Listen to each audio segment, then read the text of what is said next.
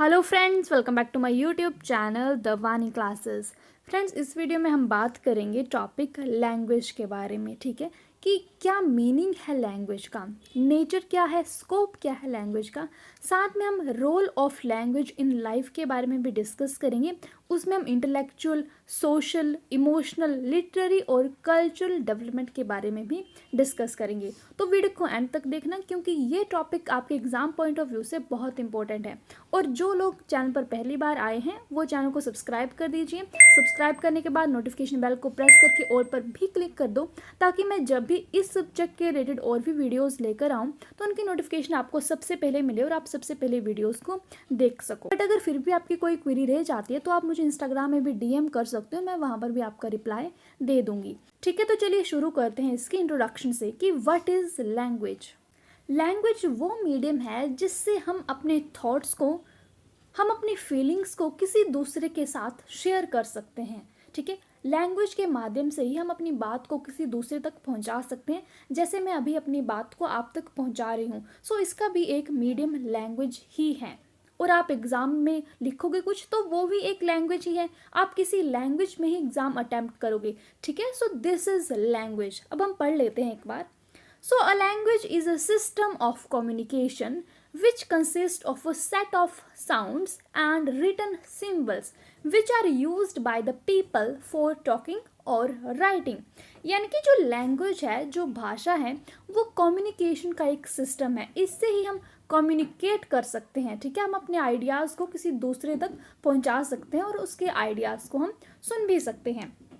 इसमें क्या होता है, सेट ऑफ साउंड्स हैं, हम साउंड्स प्रोड्यूस कर रहे हैं और हर जो लैंग्वेज है उसकी साउंड्स अलग अलग होती हैं। और रिटन सिंबल्स भी इसमें इंक्लूड होते हैं, जैसे आप सामने स्क्रीन में देख रहे हो। So these are written symbols, और जो मैं बोल रही हूँ वो सेट ऑफ साउंड है। ठीक है, सो दिस इज लैंग्वेज। और इसका यूज़ लोग करते हैं हम बोलने के लिए, जैसे मैं बोल रही हूँ, और राइटिंग के लिए भी हम अपने विचारों को हम लिखते हैं। सो उसके लिए भी लैंग्वेज का यूज़ किया जाता है। और जो लैंग्वेज है वो एक इम्पोर्टेंट रोल प्ले करती है हमारी लाइफ में, क्योंकि किसी के साथ भी हमने बात करनी है तो उसके लिए किसी भाषा का यूज़ तो होना ज़रूरी है ना। विदाउट किसी लैंग्वेज के हम अपने विचारों को उस तरह से नहीं पहुंचा पाएंगे किसी दूसरे तक। So that's why language is most important in our life. Next point आता है, it is not only help us to communicate but also in all round development of an individual. कि जो लैंग्वेज है वो हमें कम्युनिकेशन में तो help करती ही करती है, बट उसके साथ ये किसी एक इंडिविजुअल की ऑल राउंड डेवलपमेंट में भी हेल्प करती है। ऑल राउंड डेवलपमेंट में आप बात कर सकते हो कि intellectual development, social development, emotional या फिर कल्चरल डेवलपमेंट में भी जो लैंग्वेज है वो किसी इंडिविजुअल की हेल्प करती है। क्योंकि जैसे जैसे बच्चा ग्रो होता जाता है वो लैंग्वेज को सीखता जाता है। पहले उसको लैंग्वेज नहीं आती थी कोई भी, बट जो लैंग्वेज उसके इन्वायरमेंट में प्रेजेंट है उस लैंग्वेज को बच्चा एक्वायर कर लेता है। ठीक है, सो लैंग्वेज को सीखा जाता है। सो लैंग्वेज को हम नेचुरली भी सीख सकते हैं, क्योंकि जो लैंग्वेज हमारे इन्वायरमेंट में होगी उसको हम इजीली एक्वायर कर लेंगे। जो छोटा बच्चा होता है, जो उसके इन्वायरमेंट में जो उसकी फैमिली लैंग्वेज बोलते हैं उसको वो इजीली एक्वायर कर लेता है। और दूसरी बात आती है लैंग्वेज लर्निंग की, जहाँ पर आपको लैंग्वेज को सीखना होता है वो कॉन्शियस वे से होता है। वहाँ पर हमें फॉर्मल नॉलेज लेना पड़ता है किसी लैंग्वेज का। जैसे जो सेकंड लैंग्वेज होती है हमारी, जैसे इंग्लिश है, उसको हमने सीखा स्कूल्स में जाके, क्योंकि हमारा इन्वायरमेंट उस तरह का नहीं था कि वहाँ पर हमें लैंग्वेज सिखाई जाती है जहाँ पर सभी लोग लैंग्वेज का यूज़ करते हैं।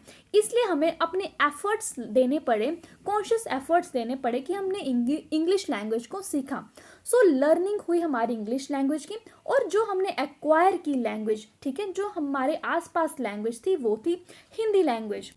So this is difference between language acquisition और लैंग्वेज लर्निंग। सो इसको भी आप ऐड कर सकते हो, ये इंपॉर्टेंट है इसलिए मैंने आपको इसमें बता दिया।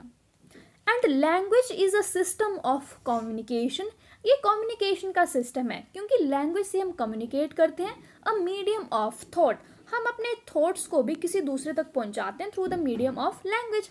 एंड ऑल्सो सोशल इंटरेक्शन, कि जब हम इंटरेक्ट करते हैं अपनी सोसाइटी में, अपनी फैमिली में, अपने फ्रेंड्स के साथ, अपनी कम्युनिटी में, ठीक है, तो वहाँ पर भी लैंग्वेज के माध्यम से भी हम इंटरेक्ट करते हैं। ठीक है, हम किसी ना किसी भाषा का प्रयोग करते हैं कि हम उनसे बात कर सकें, उनसे इंटरेक्ट हो सकें। सो दिस इज इंट्रोडक्शन। आपको इंट्रोडक्शन आएगी तो आप इसमें कुछ पॉइंट्स और भी ऐड कर सकते हो अपने अकॉर्डिंग। अब बात करते हैं मीनिंग की, कि जो लैंग्वेज है उसका मीनिंग क्या है। सो जो लैंग्वेज है, पहले हम फर्स्ट पॉइंट के बारे में बात करेंगे। सो जो लैंग्वेज शब्द है वो डिराइव किया गया है एक लैटिन वर्ड लिंगुआ से, ठीक है, जिसका मतलब होता है टंग। क्योंकि हम टंग की हेल्प से ही बोल रहे हैं, सो जो लिंगुआ शब्द है उसका मतलब होता है टंग, और वहाँ से ही इस शब्द लैंग्वेज को लिया गया। दूसरी बात करते हैं कि जो लैंग्वेज शब्द है वो डिराइव हुआ है संस्कृत रूट, यानी कि संस्कृत में जो धातुएं होती हैं वहाँ पर एक धातु थी भाष, ठीक है, जिसका मतलब होता है साउंड या फिर स्पीच।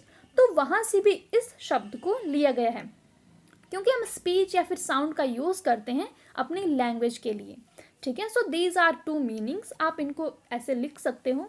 फिर हम नीचे कुछ पॉइंट्स भी देख लेते हैं कि language includes all those verbal and non verbal actions of human beings that are related to the communication of ideas.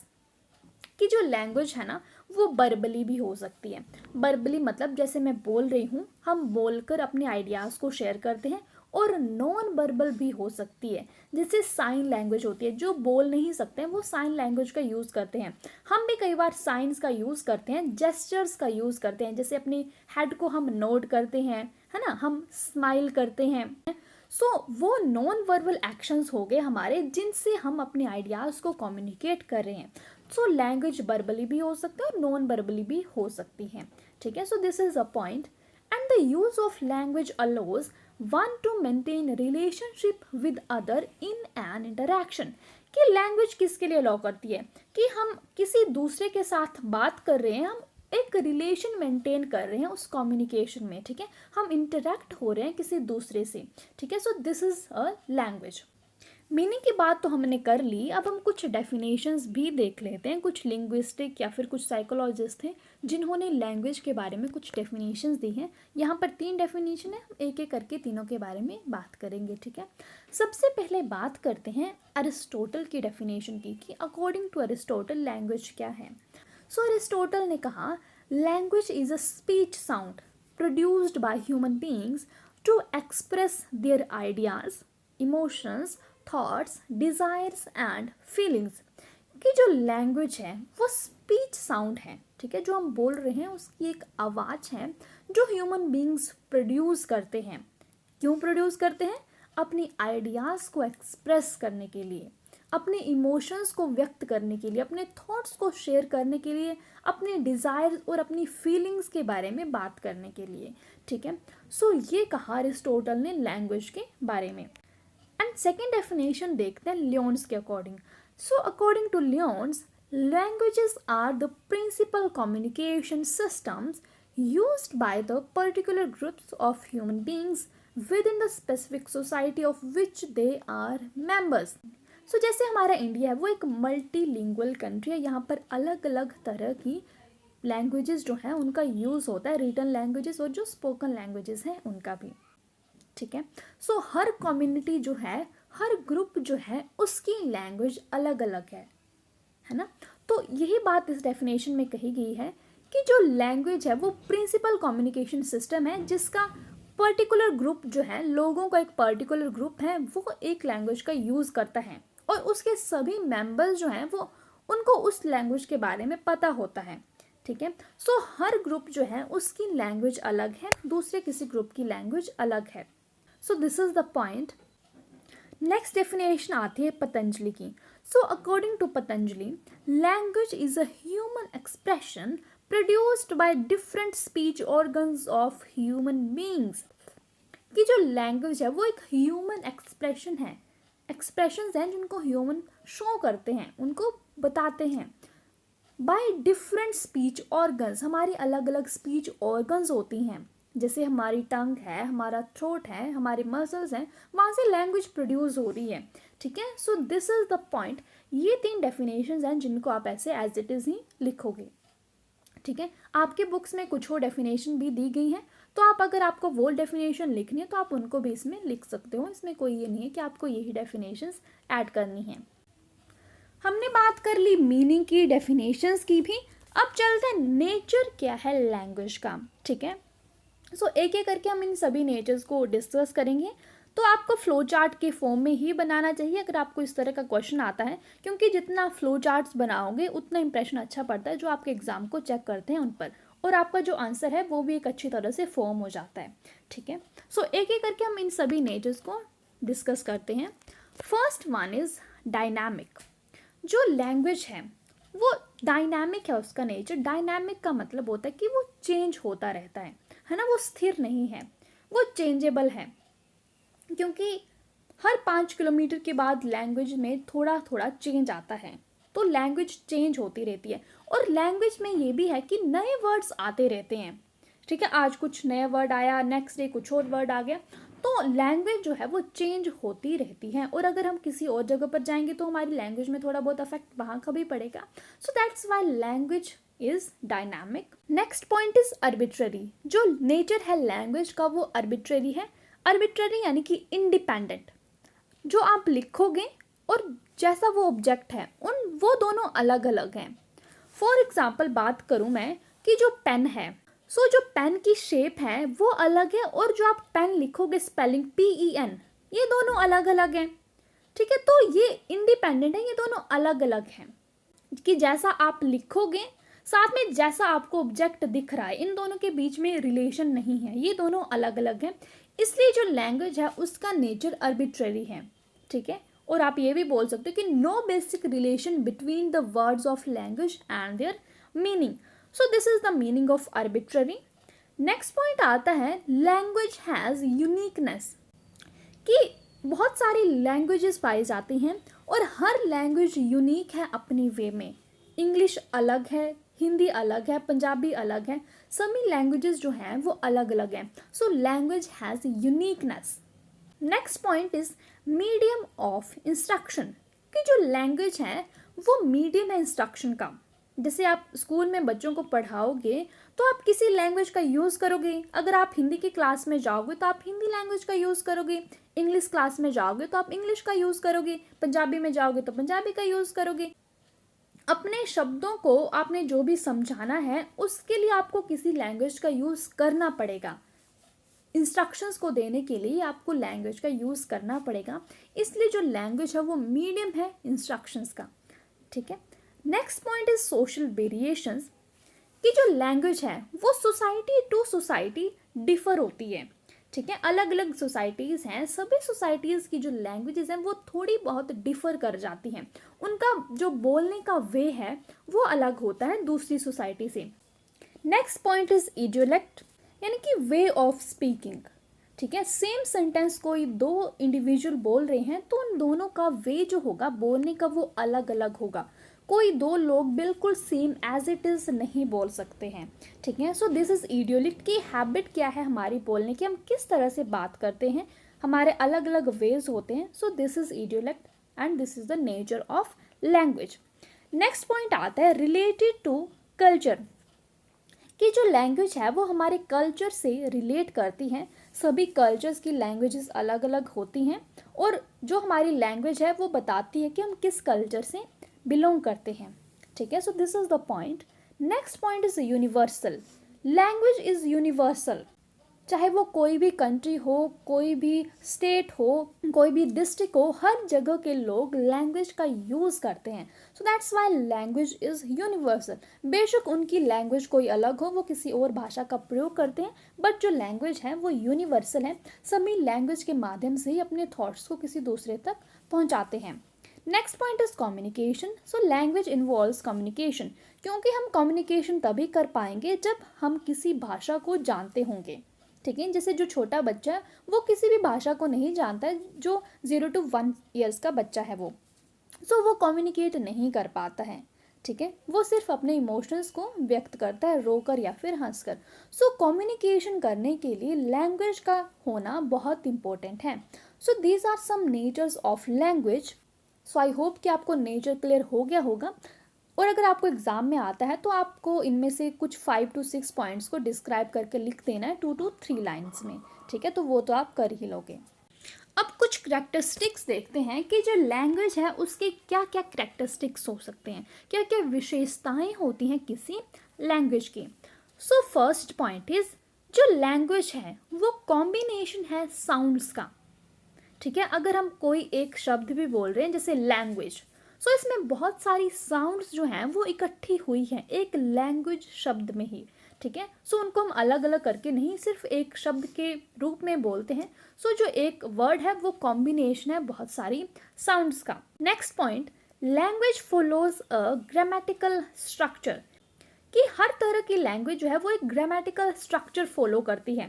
बिना ग्रामर के अगर हम लैंग्वेज का यूज़ करें सो वो हमें ना सुनने में समझ आएगी ना बोलने में अच्छी लगेगी। फॉर एग्जाम्पल एक सेंटेंस है, राम ने खाना खाया। ठीक है, सो ये है ग्रामेटिकल स्ट्रक्चर कि पूरा यूज़ हो रहा है एक सेंटेंस का, राम ने खाना खाया। अगर आप ग्रामर को फॉलो ना करके ऐसे बोलो राम खाना ने खाया, सो ये नहीं बन रहा है ना पॉइंट। सो ये बात है कि लैंग्वेज जो होती है वो किसी ग्रामेटिकल स्ट्रक्चर का फॉलो करती है और ग्रामर का यूज़ करके हम अपनी लैंग्वेज को कर सकते हैं जिस वे में वो सही है उसमें। ठीक है, नेक्स्ट पॉइंट आता है कि language can die and be extinct. अब आप बोलोगे कैसे एक्सटिंक्ट हो सकती है, डाई कैसे हो सकती है, लैंग्वेज है वो। तो जो एक्सटिंक्ट लैंग्वेज होती है उसका मतलब ये हुआ कि जो कोई पर्टिकुलर कम्युनिटी है, ठीक है, या फिर कोई एक ग्रुप है लोगों का, वो एक लैंग्वेज बोलते हैं, वो एक डायलेक्ट या फिर कोई एक लैंग्वेज को बोलते हैं, बट वहाँ पर उन्होंने उस लैंग्वेज का यूज़ करना बंद कर दिया या फिर उन्होंने किसी और लैंग्वेज को अपना लिया। ठीक है, तो मतलब कि उस लैंग्वेज के कोई स्पीकर ही नहीं रहे, है ना, उन्होंने उस लैंग्वेज को बोलना ही छोड़ दिया। तो वो जो लैंग्वेज है वो धीरे धीरे करके वहाँ से एक्सटिंक्ट होती जाएगी, यानी कि ख़त्म होती जाएगी वो जो एक पर्टिकुलर लैंग्वेज है वो। ठीक है, नेक्स्ट पॉइंट आता है डाई या फिर डेड लैंग्वेज जो होती है वो क्या होती है। सो डेड लैंग्वेज का मतलब कि वो लैंग्वेज स्टिल जानी जाती है, ठीक है, बट उसका उतना यूज़ नहीं किया जाता है, उसको किसी स्पेशल कंटेक्स्ट में या फिर रिटन फॉर्म में ही उसका यूज़ किया जाता है, तो वो लैंग्वेज होती है dead language. So language die भी हो सकती है और वो एक्सटिंक्ट भी हो सकती है जो लैंग्वेज होती है वो। और एक लैंग्वेज होती है इंडेंजर्ड लैंग्वेज, यानी कि जिस लैंग्वेज पर अब खतरा बन गया कि उसको बोलने वाले लोग बहुत कम रहे हैं। ठीक है, तो वो विलुप्त हो सकती है, यानी कि वो कम हो सकती है यूज़ करने में। सो उसको बोलते हैं इंडेंजर्ड लैंग्वेज। तो आप वो भी पॉइंट इसमें ऐड कर सकते हो। नेक्स्ट पॉइंट आता है लैंग्वेज कैन बी डाइवर्स, की जो लैंग्वेज है वो अलग अलग तरह की हो सकती हैं। फॉर एग्जांपल हमारी जो इंडिया है वो मल्टीलिंगुअल कंट्री, यहाँ पर बहुत अलग अलग तरह की लैंग्वेजेस और डायलेक्ट्स जो बोलियाँ हैं वो बोली जाती हैं। लगभग 1600 languages and dialects are spoken in our India. ठीक है, सो जो लैंग्वेजेस हैं वो डाइवर्स हैं। And language is creative, language creative भी है क्योंकि हर किसी का वे अलग है अपने शब्दों को किसी दूसरे तक रखने का है। कुछ पोइट्री के माध्यम से करते हैं, कुछ डिबेट्स करते हैं। ठीक है, सो जो लैंग्वेज है वो क्रिएटिव है। नेक्स्ट पॉइंट आता है स्पीसीज स्पेसिफिक।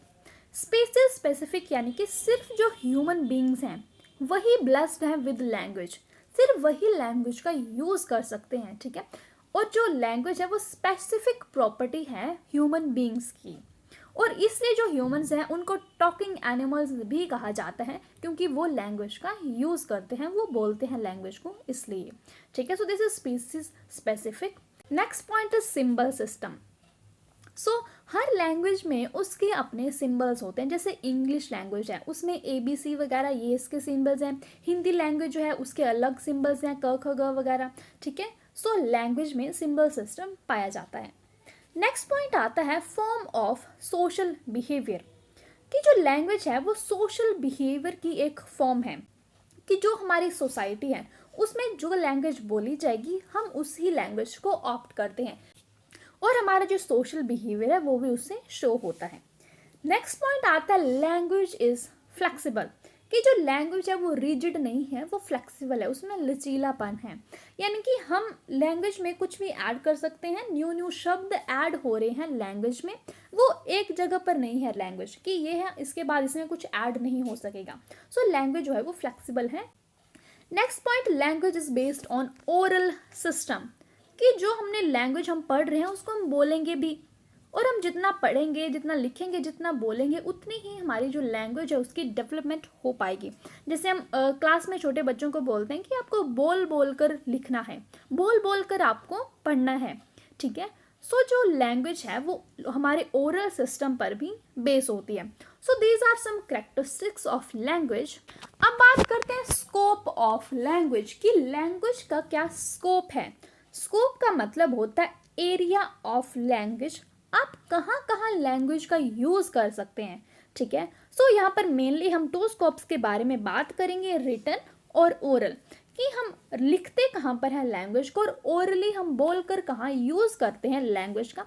सो एक एक करके हम इसके बारे में बात करते हैं। सो रिटन की बात आती है तो बुक्स, जैसे आप बुक्स पढ़ते हो, आप देखते हो बुक्स में कोई रिटन लैंग्वेज होती है, ठीक है। सो वहाँ पर रिटन लैंग्वेज का यूज होता है बुक्स में। नेक्स्ट इज जर्नल, जो जर्नल्स होते हैं वहाँ पर रिसर्च पेपर्स या फिर जो आर्टिकल्स होते हैं वो पब्लिश होते हैं, ठीक है। सो वहाँ पर भी रिटन लैंग्वेज का यूज़ होता है। और बुलेटिन बोर्ड्स होते हैं, बुलेटिन बोर्ड्स में भी रिटन लैंग्वेज होती है, उसमें लिखा गया होता है। पोस्टर्स में हम यूज़ करते हैं, हम अलग अलग लैंग्वेजेस में पोस्टर बनाते हैं जो भी हमारा टॉपिक होता है उसके अकॉर्डिंग। सो वहाँ पर भी रिटन लैंग्वेज का यूज़ होता है। साइन बोर्ड्स होते हैं, वहाँ पर भी लैंग्वेज का यूज़ होता है। डायरेक्शंस में यूज़ होता है, अगर आपको जहाँ जाना है, कौन सी डायरेक्शन है, वहाँ पर भी लिखा होता है कि यहाँ जाइए, ठीक है। एंड आर्टिकल्स, जैसे न्यूज़पेपर में आर्टिकल्स आते हैं, सो वहाँ पर भी रिटन लैंग्वेज का ही यूज़ है, ठीक है। एंड लेटर्स, आप कोई लेटर लिखते हो या फिर आपको कोई लेटर रिसीव होता है, सो वहाँ पर भी लैंग्वेज का यूज़ किया जाता है, जो रिटन लैंग्वेज होती है उसकी। So these are the scope of written language. अब देखते हैं जो ओरल लैंग्वेज है उसका हम यूज़ कहाँ कहाँ करते हैं, उसका क्या क्या स्कोप्स हैं। First point is discussion. जब आप डिस्कशन करते हो, फॉर एग्जाम्पल आप क्लास में बच्चों को कोई टॉपिक दे रहे हो, ठीक है, फोटोसिंथेसिस, तो आपको इसमें डिस्कशन करवानी है, आपने बच्चों को बोलना है कि इस पर डिस्कस करो, ठीक है। तो वहाँ पर वो बोलकर अपने शब्दों को व्यक्त करेंगे, ठीक है, जो भी उनका नॉलेज है उसको सामने रखेंगे। सो this is oral language. Next point is speech. आपने कभी स्पीच दी होगी तो वो ओरली ही दी होगी, है ना, स्पीच को हम ओरली ही देते हैं। अगर हमने बोलना है, कोई स्पीच है, हमें टॉपिक दिया गया है कि आपको इस टॉपिक पर स्पीच देनी है, जैसे अर्थ डे, ठीक है, तो आपको उस पर स्पीच एक प्रिपेयर करनी है, फिर आपको बोलना है, तो आप ओरली अपने जो शब्द हैं उनका यूज कर रहे हो। Next point is seminar. आप सेमिनार में भी जाते हो, वहां पर भी आपको कोई शब्द हैं आपके, जो भी आपका टॉपिक है उस पर आपको बोलना होता है, ठीक है। So this is oral language. Next is story telling होती है, वो भी ओरल लैंग्वेज है। हम बच्चों को बोलते हैं आपको ये स्टोरी प्रिपेयर करनी है, कल आपने क्लास में आकर सभी बच्चों को और मुझे भी ये स्टोरी सुनानी है। तो स्टोरी टेलिंग में भी बच्चे ओरल लैंग्वेज का यूज करते हैं। And next point is debate. जैसे कोई चर्चा करनी होती है किसी एक पॉइंट पे, तो वहां पर भी 2 पार्टीज जो होती हैं वो अपने ओरली अपने शब्दों को प्रेजेंट करती हैं। नेक्स्ट इज टेलीफोनिक डिस्कशन, जिसे हम मोबाइल फ़ोन में डिस्कस करते हैं, आप अपनी फ्रेंड से भी डिस्कस करते होगे, तो वो बोलकर ही हम डिस्कस करते हैं, ठीक है। So this is oral language. Next is oral communication. Oral communication, जैसे आपके फ्रेंड्स हैं, आप सामने बात कर रहे हो, ओरली आप कम्युनिकेट कर रहे हो उनकी, आप भी बोल रहे हो और वो भी रिस्पॉन्स कर रहे हैं जो आप बोल रहे हो उसका। So this is oral communication. So ये थे स्कोप ऑफ लैंग्वेज, आप इनको इस तरह से लिख सकते हो और 1-2 लाइन्स में कुछ पॉइंट्स को आप डिस्क्राइब भी कर सकते हो। नेक्स्ट पॉइंट आता है need and importance of language, कि लैंग्वेज की क्या ज़रूरत है, क्या नीड है, क्या इंपॉर्टेंस है। First point is for personality development. Personality को डेवलप करने के लिए भी लैंग्वेज इंपॉर्टेंट है। हमारे इमोशंस को डेवलप करने के लिए भी लैंग्वेज जो है उसका होना इम्पॉर्टेंट है। Next is intellectual development. In points के बारे में हम आगे ब्रीफ में बात करेंगे, तो अब इनको हम ऐसे ही पढ़ेंगे, ठीक है। Next is cultural development. हमारे कल्चर को प्रिजर्व रखने के लिए भी लैंग्वेज का होना जरूरी है। मोरल डेवलपमेंट, क्योंकि आप बच्चे को मोरल सिखाओगे तो आप कुछ बोलकर ही सिखाओगे, है ना, तो मोरल डेवलपमेंट के लिए भी लैंग्वेज का होना जरूरी है। और सोशल डेवलपमेंट, क्योंकि आप सोसाइटी में तभी इंटरेक्ट कर पाओगे अगर आपको कोई लैंग्वेज आती होगी, ठीक है, आप किसी लैंग्वेज को यूज करते होगे, तभी आपकी सोशल डेवलपमेंट जो है वो हो सकती है। एंड फॉर नेशनल इंटीग्रेशन, हमारी राष्ट्रीय एकता के लिए भी लैंग्वेज का होना जो है वो इम्पोर्टेंट है। And to to express thoughts and ideas, हमें अपने थॉट्स को, हमें अपने आइडियाज़ को किसी दूसरे तक पहुंचाना है, उसके लिए भी हम किसी लैंग्वेज का यूज़ कर सकते हैं। Next point is communication. Communication के लिए तो हम लैंग्वेज का यूज़ करते ही हैं। So these are some needs and importance of language. अब बात करते हैं what is the role of language in our life. Language का क्या रोल है किसी की लाइफ में, ठीक है। First point is acquisition of knowledge, कि हम नॉलेज को एक्वायर करते हैं लैंग्वेज के माध्यम से ही। आपकी बुक्स हैं, बुक्स में कोई लैंग्वेज लिखी है, फॉर एग्जांपल इंग्लिश लिखी है, ठीक है, तो आप उस लैंग्वेज को, उस इंग्लिश को पढ़ रहे हो, तभी आप नॉलेज को गेन कर पा रहे हो।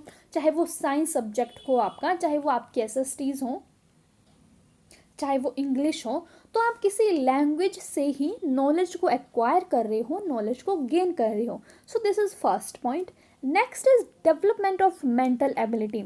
हम पढ़ रहे हैं, वो हमारे माइंड में जा रहे हैं, हम वहाँ पर उसकी प्रोसेसिंग हो रही है, ठीक है, हम उसको याद रख पा रहे हैं, मेमोराइज कर रहे हैं, तो हमारी जो मेंटल एबिलिटी है वो भी डेवलप होती है लैंग्वेज से। Next point is vehicle of thoughts, कि जो लैंग्वेज है वो हमारे थॉट्स का व्हीकल है, जो हम सोचते हैं, ठीक है, वो किसी हम लैंग्वेज में ही सोचते हैं। बिना लैंग्वेज के तो हम किसी और तरह से सोच नहीं सकते हैं, उसके लिए भी तो किसी लैंग्वेज की जरूरत होगी। और बेसिकली जो हमारे थॉट्स होते हैं, जो हमारी मदर टंग होती है, ठीक है, जो हमारी नेटिव लैंग्वेज होती है, उसमें ही हमारे थॉट्स जो हैं वो प्रोसेस होते हैं। Next point is basis of logical thinking. जो हम लॉजिकल थिंकिंग करते हैं, जो हम लॉजिक्स लगाते हैं, उसका बेस होता है लैंग्वेज, क्योंकि बिना लैंग्वेज के हम कुछ सोच नहीं सकते हैं। So this is the point. Next point is basis of education. आप शिक्षा ग्रहण कर रहे हो किसी लैंग्वेज से ही, आप बच्चों को स्कूल में सिखाओगे किसी लैंग्वेज से ही, चाहे वो आप इंग्लिश का यूज़ कर रहे हो, हिंदी का यूज़ कर रहे हो, या फिर जो नेटिव लैंग्वेज है उस एरिया की आप उसका यूज़ कर रहे हो। सो लैंग्वेज के माध्यम से ही हम एजुकेशन को प्रमोट करते हैं। Next point is medium of expression. हम अपने आइडियाज़ को, अपनी फीलिंग्स को एक्सप्रेस करते हैं with the help of language, ठीक है। एंड में बात आती है ऑल राउंड डेवलपमेंट, क्योंकि हमने पीछे कुछ पॉइंट्स देखे नीड एंड इंपॉर्टेंस में, कि उसमें हर तरह की डेवलपमेंट थी। हमारी इंटेलेक्चुअल डेवलपमेंट, हमारी cultural development, social development, emotional development, तो हर तरह की डेवलपमेंट के लिए जो लैंग्वेज है उसका होना जरूरी है। इसलिए लैंग्वेज का ये रोल है कि उससे ऑल राउंड डेवलपमेंट होती है किसी भी इंडिविजुअल की, ठीक है। So this is a role. अब डिस्कस करते हैं कि what is the role of language in intellectual development. जो हमारी कॉग्निटिव डेवलपमेंट होती है उसमें लैंग्वेज का क्या रोल है, ठीक है। तो कॉग्निटिव डेवलपमेंट के बारे में हम सब पेपर 1 में पढ़ चुके हैं, तो अब हम इसके पॉइंट्स ही देखेंगे कि लैंग्वेज का क्या रोल है जिससे हमारे कॉग्निशन की डेवलपमेंट होती है, ठीक है। कॉग्निटिव डेवलपमेंट मतलब जो हमारे माइंड से रिलेट करती है उस तरह की development. First point is thinking. So मैंने जैसे अभी भी आपको बताया कि थिंकिंग, हम कुछ सोचते हैं वो किसी लैंग्वेज में ही सोचते हैं, ठीक है। स्पेशली जो हमारी नेटिव लैंग्वेज होती है वो, उसमें हम सोचते हैं। So this is point 1। Next is concrete reasoning. हमें कोई रीजनिंग लगानी होती है, आप बच्चे को कुछ प्रॉब्लम देते हो, उसने कुछ रीजनिंग लगानी है, सो उसके बारे में अगर वो सोचेगा तो वो किसी लैंग्वेज में ही सोचेगा, ठीक है। सो उसकी भी इससे डेवलपमेंट होती है। Next is develop simple thoughts in complex and creative ideas. जो सिंपल थॉट्स होते हैं उसको बच्चा जो है वो कॉम्प्लेक्स और क्रिएटिव आइडियाज़ भी लगा सकता है उसके, और वो कैसे होगा, किसी लैंग्वेज से ही होगा, उसके थॉट्स आएंगे किसी लैंग्वेज में ही, और फिर उसको वो अपने कॉम्प्लेक्स और क्रिएटिव आइडियाज़ में कन्वर्ट करेगा। Next point is recall categorization, यानी कि आपने पहले कुछ याद कर लिए, फिर आपको उसको रिकॉल करना है, ठीक है। अभी आप कुछ पढ़ रहे हो, आप रिकॉल करोगे, जब आपका एग्जाम होगा उस समय आपको रिकॉल करना है, ये मैंने पढ़ा था और मैंने ये लिख देना है, ठीक है। सो रिकॉल आप करोगे, उसको कैटेगराइज करोगे जो आपने पढ़ा है, तो वो भी होगा किसी लैंग्वेज में ही।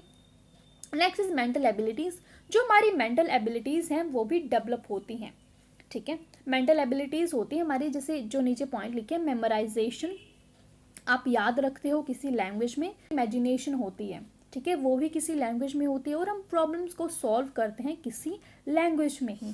So these are the role of language in intellectual development.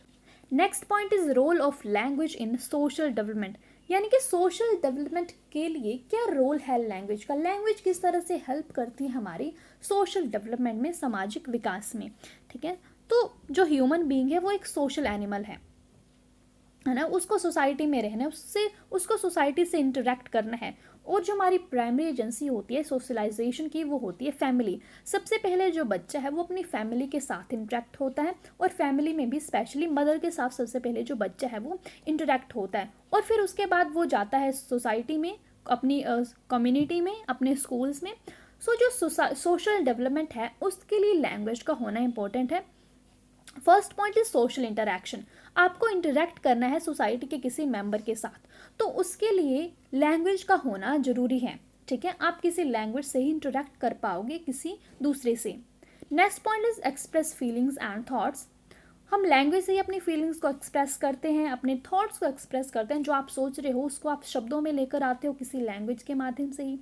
Next is communication with the members of society. जैसे हमने पीछे भी बात की कि हम कम्युनिकेट कर सकते हैं जो मेंबर्स हैं सोसाइटी के, जो जैसे हमारे फ्रेंड्स हैं, हमारे टीचर्स हैं, जो हमारे पेरेंट्स हैं, ठीक है, उनके साथ हम कम्युनिकेट करते हैं किसी लैंग्वेज से ही। Next point is understanding of self. हम अपने खुद को, अपने आत्म को भी अंडरस्टैंड करते हैं किसी लैंग्वेज के माध्यम से ही। ठीक है, सो आपके सिलेबस में अभी थ्योरी नहीं है, सोशो कल्चर थ्योरी, वो आप आगे पढ़ोगे। तो जो वाइगॉत्स्की थे, लेव वाइगॉत्स्की, उन्होंने एक थ्योरी दी थी सोशियो कल्चर थ्योरी नाम की थ्योरी। सो उन्होंने कहा था कि जो लैंग्वेज है वो डेवलप होती है सोशल इंटरेक्शन से। जितना बच्चा सोसाइटी में इंटरेक्ट होगा, जो भी सोसाइटी के लोग हैं उनके साथ वो जितना इंटरेक्ट होगा उतने ही उसकी जो लैंग्वेज है वो डेवलप होगी। ठीक है, so this is the point, आप इसको भी इसमें ऐड कर सकते हो। नेक्स्ट बात आती है what is the role of language in emotional development. So emotional development यानी कि जो हमारे इमोशंस हैं उनकी डेवलपमेंट होना।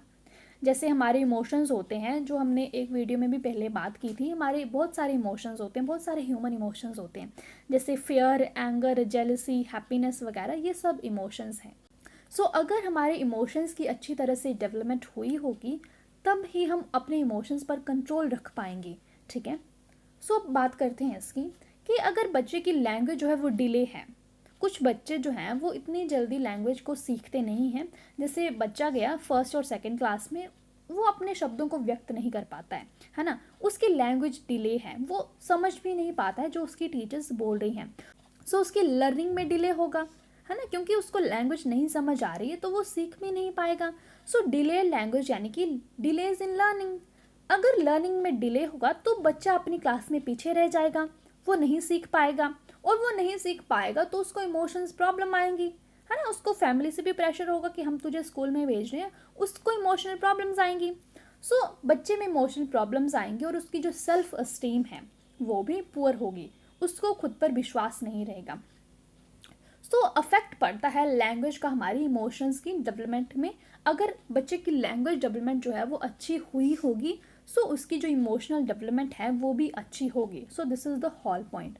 The children share emotions with others with the help of language. कि जो बच्चा है वो अपने इमोशंस को लैंग्वेज के साथ ही शेयर करेगा, जो उसको फील हो रहा है। अगर वो किसी से जेलस है, अपनी फ्रेंड से जेलस है, तो वो अपने शब्दों के यूज से ही वो उसको जेलसी शो करेगा, है ना। उसको कोई डर लग रहा है तो वो साथ में फीलिंग्स होंगी उसके साथ में, वो अपने एक्सप्रेशन जो अपने शब्द हैं उससे भी वो शो करेगा अपने इमोशन को, जो फियर का इमोशन होगा उसको। साथ में एंगर, बच्चों को गुस्सा आता है, वो गुस्सा करते हैं, वो गुस्से में बहुत कुछ बोलते हैं।